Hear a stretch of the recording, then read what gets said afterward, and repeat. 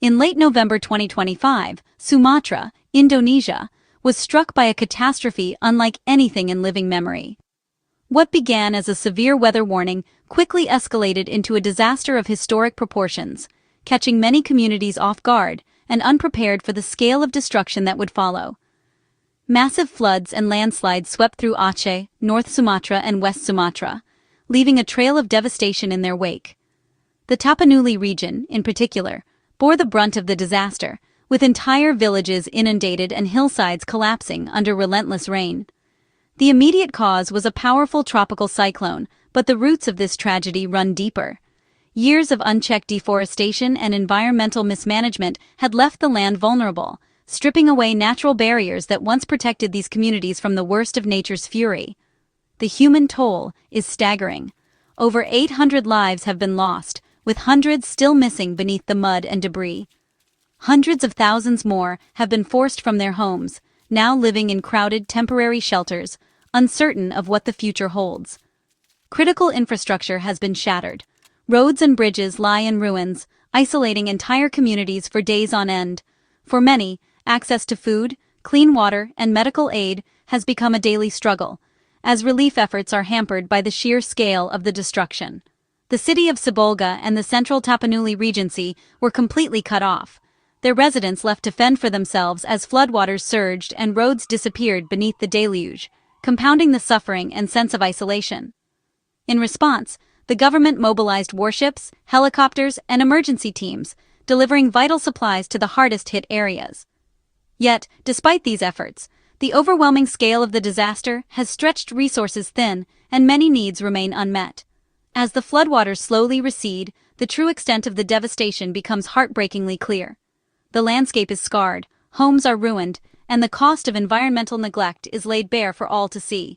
Among the wreckage, the presence of countless logs and uprooted trees tells a deeper story. A story of forests lost and natural defenses stripped away, leaving communities exposed to disaster. Now, as survivors and experts sift through the aftermath, a difficult question echoes across Sumatra. Did years of deforestation and environmental neglect turn what could have been a natural disaster into a full-blown catastrophe?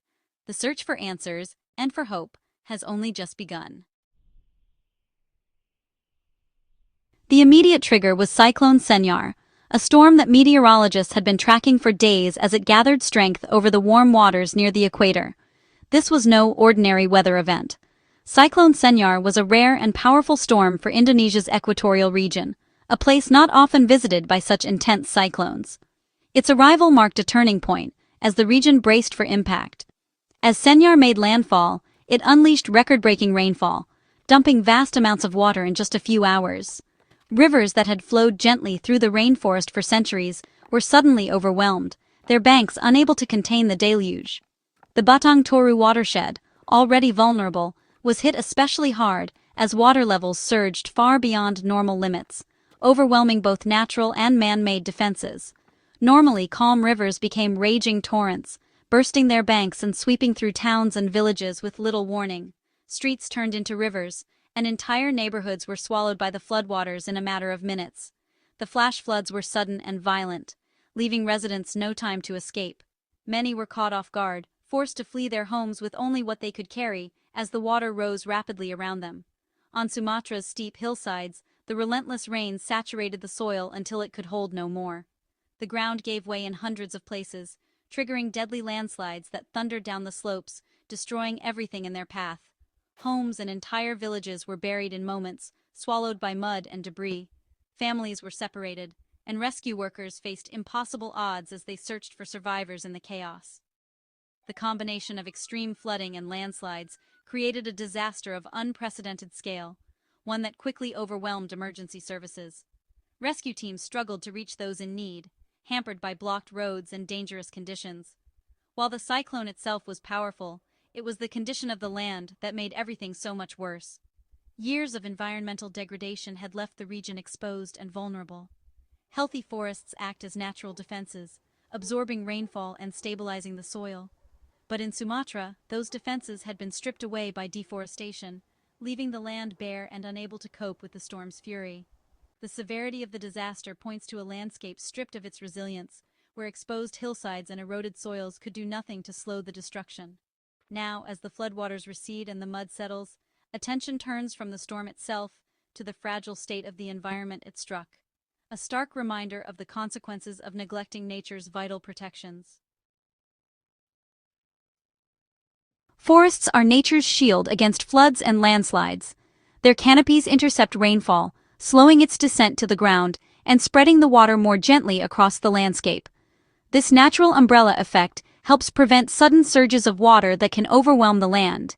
Beneath the surface, roots form a living web that anchors soil, slowing water flow and preventing erosion. These roots act like a net, holding the earth together even during heavy downpours, and allowing rainwater to seep slowly into the ground. When forests are cleared, rain hits bare ground with full force, compacting the soil and causing rapid runoff. Without the protective cover of leaves and roots, water rushes over the surface, unable to soak in, and quickly gathers speed. Rivers swell quickly, triggering violent flash floods that sweep away everything in their path. The water, no longer slowed by trees, becomes a destructive force, endangering communities downstream. On steep slopes, the absence of roots leaves soil unstable. Landslides become inevitable during heavy rain. The earth, no longer held together, can suddenly give way, burying homes and roads beneath tons of mud and debris. The logs seen in Sumatra's floodwaters are evidence of recent extensive land clearing. These massive timbers, once part of a living forest, are now swept along by raging water, adding to the chaos and destruction. Whether legal or illegal, this deforestation stripped away natural protections that had developed over centuries. The loss is not just of trees, but of the entire ecosystem that kept the land safe and resilient. Each fallen tree weakened the land's ability to absorb water and hold soil. With every tree lost, the risk of disaster grows, as the ground becomes less able to withstand the forces of nature. These logs became deadly projectiles, worsening destruction. They smash into buildings, block roads, and threaten lives, turning a natural disaster into a human tragedy. The disaster is a brutal lesson. Removing forests removes our best defense. The contrast between protected and cleared land is stark, showing just how vital forests are for our safety. Deforestation turned a dangerous storm into a historic tragedy. The scars left on the land and in the lives of those affected are a powerful reminder. Protecting forests is not just about saving trees, but about safeguarding our future. In response, the Indonesian government launched a formal investigation into the disaster's man-made causes. Officials are using satellite imagery to track recent deforestation in the Batang Toru basin and cross-check company permits. 8 companies operating in the watershed are being summoned for questioning about their land clearing activities. The Attorney General's office is involved, investigating possible criminal activity and tracing the origins of logs found in flood debris. Recent timber laundering cases add to suspicions of illegal practices. This multi-agency probe is a major test of the government's resolve to enforce environmental laws and deliver justice. Environment Minister Hanif Faisol Nurofiq has vowed accountability for any negligence that worsened the disaster. The ministry is reviewing all environmental permits in the affected provinces, using satellite evidence to pinpoint violations. Companies found breaking the law could have their permits suspended or revoked, sending a strong message to the industry. A key policy shift: future environmental impact assessments must use Cyclone Senyar's extreme rainfall as the new baseline. This acknowledges a changing climate and raises the bar for safety. However, powerful companies have often evaded consequences in the past. The public and civil society are watching closely for real action. Successful prosecution would mark a turning point for corporate responsibility in Indonesia. Many believe the government's response is not enough. Lawmakers and activists demand immediate suspension and revocation of permits for companies linked to the disaster. WALHI, a leading environmental NGO, has already named 7 companies it holds responsible, using satellite data. Critics argue that evidence of deforestation is overwhelming and action must be swift. Large projects like the Batang Toru hydropower plant are also under fire for fragmenting forests and destabilizing slopes. The disaster exposes a web of industrial activities, mining, energy, agriculture, transforming Sumatra's landscape. Activists call for a fundamental shift: put community safety and environmental protection above corporate profit. The roots of this tragedy lie in Sumatra's staggering deforestation. North Sumatra lost 1.6 million hectares of tree cover since 2001, 28% of its forests gone. Across the island, 4.4 million hectares vanished in 2 decades, making Sumatra Indonesia's most deforested island. Only 14 million hectares of natural forest remain, less than 30% of the land. The Batang Toru watershed, home to the endangered Tapanuli orangutan, has lost 21% of its forest since 1990. Nearly half the watershed is now licensed to extractive industries. Erosion rates are soaring, stripping away soil and resilience. Palm oil, logging, mining, and infrastructure projects are the main drivers. Every hectare cleared increases vulnerability to disaster. The floods are the result of decades of unchecked exploitation. In the wake of disaster, Indonesia is taking steps to prevent a repeat. All business permits in affected provinces are under review. Non-compliant companies face suspension or revocation. Cyclone Senyar's rainfall is now the new standard for environmental impact assessments nationwide. Projects must prove they can withstand extreme weather, raising the bar for safety. Law enforcement is targeting illegal logging and environmental crime, with criminal charges on the table. The government is shifting from disaster response to risk prevention.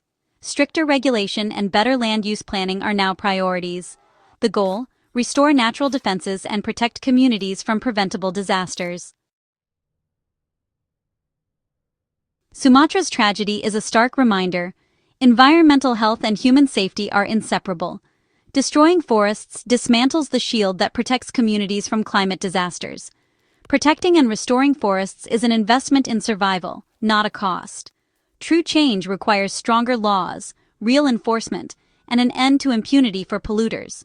Indonesia must combine conservation, restoration, and community-driven development. Empowering local communities as forest guardians is key. The future depends on choices made now, honoring victims by building resilience.